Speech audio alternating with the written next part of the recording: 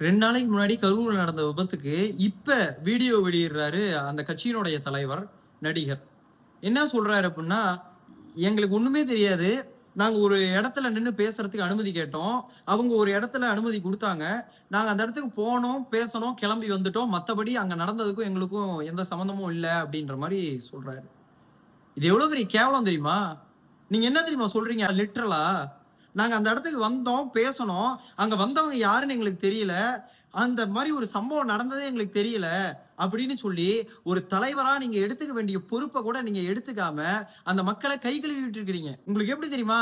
கூட்டம் சேர்ந்துச்சுன்னா அந்த கூட்டத்தை வச்சு அந்த மக்களை வச்சு ஒரு மாஸ் காட்டிக்கணும், ஒரு கெத்த காட்டிக்கணும். அதே கூட்டத்துல ஏதோ ஒரு மக்களுக்கு ஏதோ ஒரு இடையூறு, ஏதோ ஒரு அசம்பாவிதம் நடந்துருச்சு அப்படின்னா அதுக்கும் எங்களுக்கும் சம்பந்தம் இல்லைன்னு கை கழுவி விட்டு போயிடுவீங்க. சார் ஒரு கொஞ்சமாவது அதுக்கான லைபிலிட்டி எடுத்துக்க வேணாமா? ஒரு மாவட்டத்துக்கு ஒரு பாயிண்ட் போட்டு பேசுறீங்க. ஒண்ணும் வேணாம். பொதுக்குழு கூட்டுறீங்கல்ல, மாவட்ட கழக செயலாளர். இதுல மேற்கு கிழக்குன்னு வேற பிரிச்சுக்கிறீங்க. ஒன்றிய செயலாளர்கள் எத்தனை ஒன்றிய செயலாளர்கள் வருவாங்க? எத்தனை மாவட்ட கழக துணை செயலாளர்கள்? எத்தனையோ மாநகர செயலாளர்கள், நகர செயலாளர், பகுதி செயலாளர், வட்ட செயலாளர். இவங்களோட வேலையெல்லாம் என்ன சார்? உங்களுக்கு சால்வு போடுறதும் பொதுமக்களுக்கு மஃப்ளர் வாங்கி தரதுமா? வந்திருக்கிற பொதுமக்களை நெறிப்படுத்துறது தான் அவங்களோட வேலை. எங்க போனாங்க அவங்க? முதல்ல ஒரு கட்சியினுடைய அரசியல் கட்சி தலைவர் வராருன்னா எத்தனை நாளைக்கு முன்னாடி செயற்குழு கூட்டம் நடத்துவாங்க தெரியுமா? செயற்குழு கூட்டம் நடத்தி இத்தனை பேர் வாலண்டியர்ஸா இருக்கணும்பா. நம்ம தலைவர் இந்த வழியா வராரு, இந்த வழியில இருந்து இந்த இடத்துல இருந்து இந்த இடம் வரையும் வரவேற்பு கொடுக்கணும், இந்த இடத்துல மக்களை நிக்க வைக்கணும்பா. தலைவருடைய முகம் எல்லாருக்குமே தெரியும். அந்த அளவுக்கு இடையூறு வராம அந்த கூட்டத்தை நடத்தணும் அப்படின்னு சொல்லி டிஸ்கஸ் பண்ணுவாங்களா இல்லையா? இங்க அந்த மாதிரி ஒரு கட்சி நிர்வாகியாவது பொதுமக்களை நெறிப்படுத்தினாங்களா? கிடையாது. அப்ப கட்சி நிர்வாகிகளோட பணி என்ன? அவங்களோட வேலை என்ன? குடிக்க தண்ணி வாங்கி கொடுக்கறதுக்கு அங்க ஆள் இல்லாம மக்கள் காலையில 11 மணில இருந்து சாயங்காலம் 7 மணி வரையும் அந்த கூட்டத்தில் நின்றுக்கிறாங்க. சும்மா கிடையாது சார். இதெல்லாம் உச்சத்தில இருந்து வந்தாருன்னு சொல்றீங்களே, உச்சத்தில் இருப்பவர்களுக்கு இல்ல சார் அரசியல். உச்சத்தில் இருப்பவர்களுக்கு இல்ல அரசியல். இது நான் சொல்ற, அறிஞர் அண்ணா சொல்றாரு. கோபுரத்தில் இருப்பவர்களுக்கு குடிசையில் இருக்கிறவனோட வழி ஒருபோதும் தெரியாது.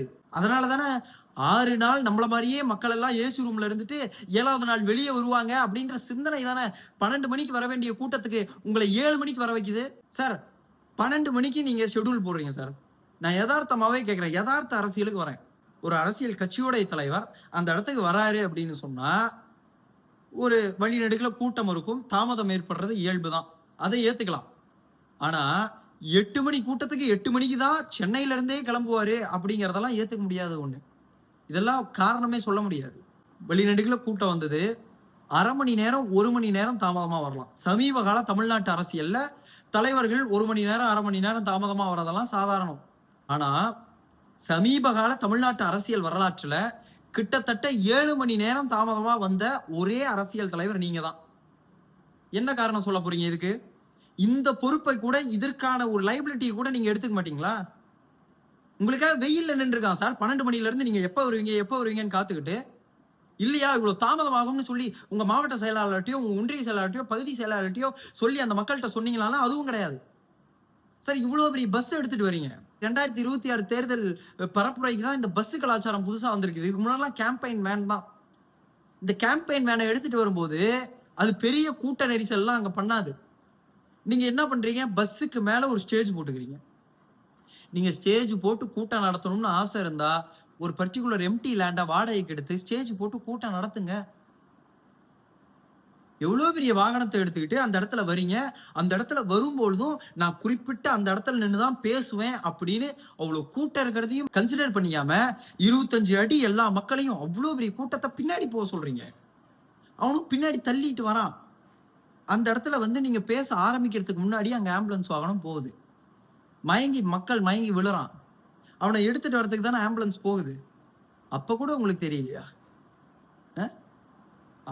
இந்த பொறுப்புகளை கூட தான் பின்னாடி வந்த கட்சி தோழருக்கு, கட்சி நிர்வாகிகளுக்கு ஒரு விஷயம் நடந்திருக்குது, அந்த விஷயத்துக்கான பொறுப்பை கூட நான் எடுத்துக்க மாட்டேன், லைபிலிட்டி எடுத்துக்க மாட்டேன் அப்படின்னா நீங்க எப்படி சார் தலைவர்? நீங்க எந்த மாதிரியான தலைவர்? இந்த தமிழ்நாட்டு மக்கள் உங்களை எப்படி நம்புவாங்க? சரி இதெல்லாம் விடுங்க. என்னைய பழி வாங்கணும்னா நீங்க எதா இருந்தாலும் என்கிட்ட மோதுங்க அப்படின்னு நீங்க சொல்றீங்க சார். வதந்தியை கிளப்புனாங்க, கிளர்ச்சியை தூண்டுனாங்க அப்படின்னு சொல்லி ஒரு சிலரை காவல்துறையினர் எஃப்ஐஆர் பதிவு செய்து கைது பண்றாங்க. அவர்கள் எல்லாம் பேசின வீடியோக்களை நடிகர் கேட்டாரா அப்படின்னு எனக்கு தெரியல. அப்படி கேட்டிருந்தா ஒரு பொறுப்புள்ள அரசியல் தலைவரா அவர் மீது இவரும் சேர்ந்து நடவடிக்கை எடுங்க அப்படின்னு சொல்லி புகார் கொடுத்திருக்கணும். ஆனா அதை செய்யல. அதுக்கு பதிலா அவங்க அப்படிதான் பண்ணுவாங்க, நீங்க அவங்க மேல எந்த ஆக்ஷனும் எடுக்க கூடாது அப்படின்னு சொல்றது எவ்வளவு பெரிய கேவலம். தயவு செஞ்சு உங்க பின்னாடி வர ரசிகர்களை, அவர்களுக்கு ஏதோ ஆச்சுன்னா அதுக்கான லைபிலிட்டியை நீங்க எடுத்துக்கங்க தயவு செஞ்சு. அவன் உங்களை நம்பிதான் வரான். இல்லைன்னா நாமக்கல்ல நடந்த கூட்டம் முடிச்சுட்டு உங்க வண்டி பின்னாடியே அவன் தேடி கரூர் வரையும் வரணும்ன்ற அவசியம்லாம் அவனுக்கு கிடையவே கிடையாது. இதை கட்டுப்படுத்துறது எந்த அரசாங்கத்துடைய வேலையும் கிடையாது. நீங்க என்ன நினைச்சிட்டு இருக்கிறீங்க அப்படின்னா, உங்களுக்கு எந்த வித லைபிலிட்டியுமே கிடையாது. நீங்க பாட்டுக்கு ஒரு இடத்துக்கு வரணும், பேசணும், கிளம்பிடணும். அது மட்டும்தான் உங்களுடைய வேலை அப்படின்னு நினைச்சீங்கன்னா இது அரசியலே கிடையாது. இதை தான் ஃபர்ஸ்டே சொன்ன மாதிரி இன்ஃப்ளூயன்சர் மார்க்கெட்டிங் பண்ணிட்டு இருக்கீங்க சார். வாகனத்துல இருந்து லைட்டை ஆஃப் பண்ணி ஆன் பண்ணி அவங்கள வந்து கத்த வச்சு அதை ரசிக்கிறீங்கன்னா, அவன் அலமோதுறான், அதை ரசிக்கிறீங்க உட்காந்து. இன்னும் ஃபைனலா நீங்க ஒரே ஒரு விஷயம் மட்டும்தான் நீங்க சொல்ல, என்ன தெரியுமா? அங்க வந்த கூட்டமே எங்களை பார்க்க வரல, திமுக காரங்க தான் கூட்டினாங்க அப்படின்னு சொல்லாதது மட்டும்தான் இன்னும் மிச்சம். அதையும் நீங்க சொல்லியிருப்பீங்க. ஏன் தெரியுமா அதை சொல்லாம இருக்கிறீங்க? ஏன்னா தாவேகா காரங்களுக்கு கூட்டமே வரலப்பா அப்படின்னு நாளைக்கு சொல்லிடக்கூடாதுல்ல. அந்த சுயநலத்திற்காக தான் அதையும் சொல்லாம இருக்கிறீங்க. தயவு செஞ்சு பொலிட்டிசைஸ் ஆகுங்க. தயவு செஞ்சு பாலிடிக்ஸுக்கு வர்றது அப்படிங்கிறது, நம்ம என்ன பண்ணாலும் நாளைக்கு இந்த பையன் நம்ம பின்னாடி வந்துருவான்பா அப்படின்னு நினைச்சு என்ன வேணா பண்ணலாம் அப்படிங்கிறது கிடையாது. உங்களுக்குன்னு ஒரு கொள்கையை வகுத்து, கோட்பாட்டை வகுத்து, அந்த கோட்பாட்டு ரீதியா நகருங்க. இந்த ஒரு சோகமான சுச்சுவேஷன்லயும் உங்க எண்ணம் எப்படி தெரியுமா இருக்கு? திமுக ஒழிக்கணும், அவ்வளவுதான்.